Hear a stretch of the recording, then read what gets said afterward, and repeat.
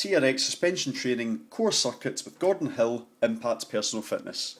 Your first exercise is 20 jackknives, keeping your feet in the stirrups into a full press up position, keeping your knees slightly bent. You're going to pull your feet in towards you by pushing your hips up towards the ceiling. Make sure your hips don't end up too far over your shoulders, and when you return to the original position, make sure you're not arching your back or letting your hips drop down too low. Once you've done 20 of these, you're going to move into climbers.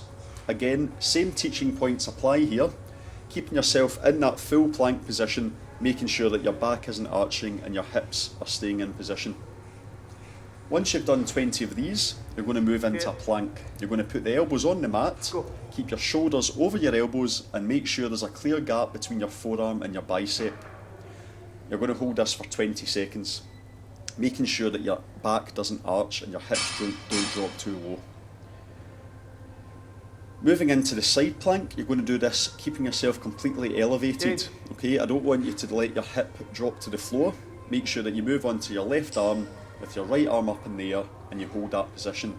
Your ankles, knees, hips and shoulders should stay in one straight line. Holding this for 20 seconds, you're going to switch into your other side plank. Again, the transition between these two planks, you should make sure that you're elevated at all times. Don't let the hips touch the ground.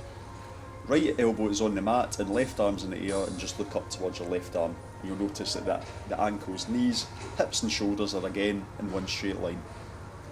Once you've held this side plank for 20 seconds, you're going to go into rollouts.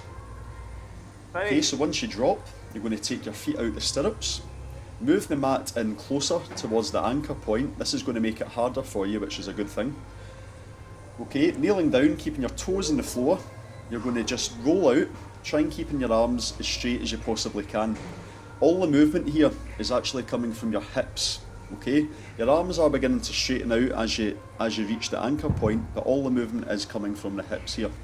And I want you to try and get as low as you possibly can. On your 10th rep, you can try and hold the position into an extended plank. And once you finish these, that's you finished your core circuit.